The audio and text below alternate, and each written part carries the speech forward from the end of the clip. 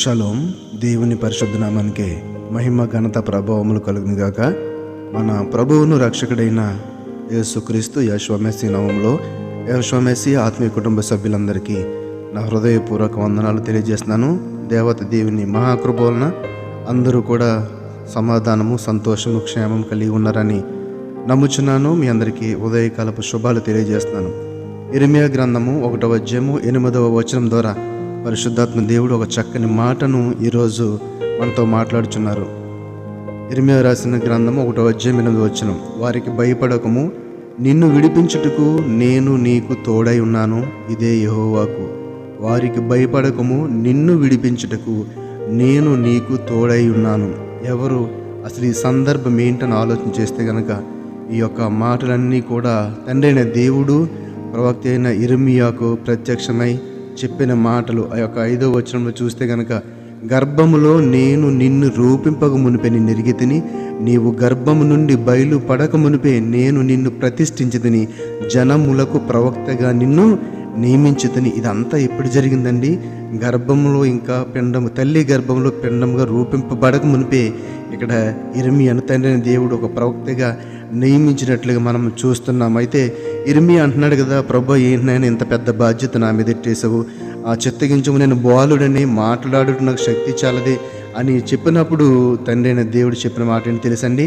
నేను బాలుడు అనవద్దు, నేను నిన్ను పంపువారందరి యొద్దకు నీవు పోవాలి, నేను నీకు ఏ సంగతులు అయితే ఆజ్ఞాపిస్తున్నానో అవన్నీ వారికి చెప్పాలి అని చెబుతూ ఈ మాటను చెప్తున్నాడు. వారికి భయపడకము, నీవు ఎవరి దగ్గరకైతే నువ్వు వెళ్తున్నావో వారెవ్వరికి కూడా నువ్వు భయపడవద్దు, నిన్ను విడిపించుటకు నేను నీకు తోడై ఉన్నాను, నిన్ను విడిపించుటకు నేను నీకు తోడై ఉన్నాను అని ఆనాడు ఇర్మీయాకు చెప్పిన దేవుడు ఈరోజు కూడా మనతో చెప్తున్నాడు. ఎవరైతే ఈ భయంకరమైన బంధకాలలో ఉండి బానిసలుగా ఉండి వాటి నుండి విడుదల పొందలేకుండా ఒక బానిస బ్రతుకుతున్నారు, వాళ్ళందరికీ దేవుడు ఇస్తున్న ఒక చక్కని ధైర్యం వచ్చిన ఏంటో తెలుసండి, నిన్ను విడిపించుటకు నేను నీకు తోడై ఉన్నాను. విడుదల ఎవరికి కావాలండి? బంధకాల్లో ఉన్నవారికి, బంధింపబడిన వారికి కదా. కాబట్టి ఇక్కడ తండ్రి అయిన దేవుడు ఇర్మీయాకు చెప్తున్న మాట, నేను నిన్ను ఎవరి దగ్గరికి పంపుతారో దగ్గరికి వెళ్ళు, నేను నీకు తోడుగా ఉంటానని మాటని ఇక్కడ మనము చూస్తున్నాము. నీవు బ్రతుకు దినములన్నిటను ఏ మనుషుడును నీ ఎదుట నిలువలేక ఉండును,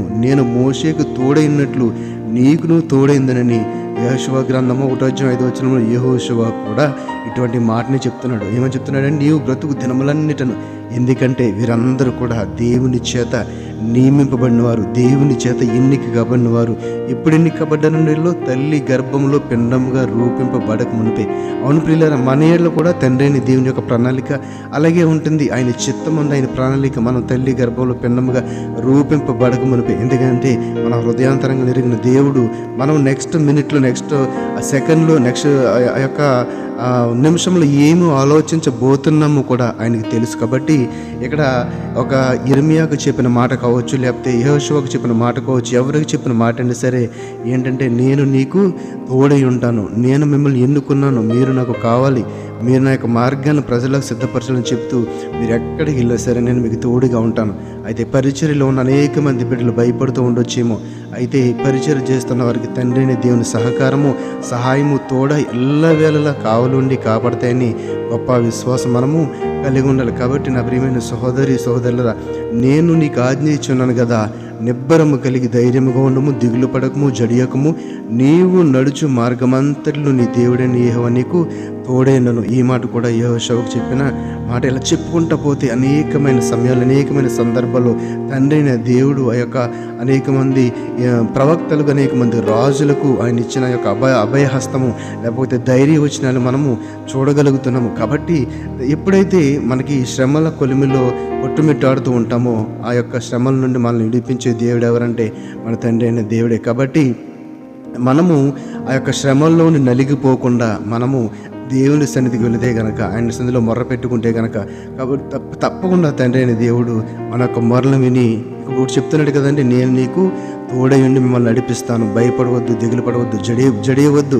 మీరు కేవలం చేయవలసింది నా సన్నిధికి వచ్చి నన్ను అడగండి, మీరేం అడిగినాను నేను వెనుదీయకుండా సమృద్ధిగా మీకు దయచేస్తాను అనే మాట కూడా మన లేఖనంలో చూసాం. కాబట్టి మనము చేయవలసిన పని ఏంటంటే తండ్రి అయిన దేవుణ్ణి అడగటమే. అడగాలంటే పూర్ణ హృదయంతో, పూర్ణ మనసుతో ఆయన సన్నిధికి వెళ్ళి నిజముగా కన్నీటితో, దుఃఖముతో, ప్రభువా మీరే నాకు దిక్కు తండ్రి, మీ వైపే చూస్తున్నాను ప్రభువా, మీరే మాకు సహాయం చేయి దేవుడు. ఈ లోకంలో తండ్రి ప్రభువా, ఈ యొక్క సహాయం నేను ఎవరి ద్వారా పొందుకోలేను ప్రభువా, మీరే నాకు సహాయం చేయాలని పదే ఆయన సన్నిధిలో అడుగుచు మొర్ర పెడుతూ ఉంటే కనుక తప్పకుండా తండ్రి అయిన దేవుడు ఆనాడు మోషకు చెప్పిన మాట, యెహోషువకు చెప్పిన మాట, ఇర్మీయాకు చెప్పిన మాట, యెషయాకు చెప్పిన మాట, అందరికీ కూడా ధైర్యం వచ్చిన నేను మీకు తోడై ఉంటాను, మిమ్మల్ని విడిపిస్తాను.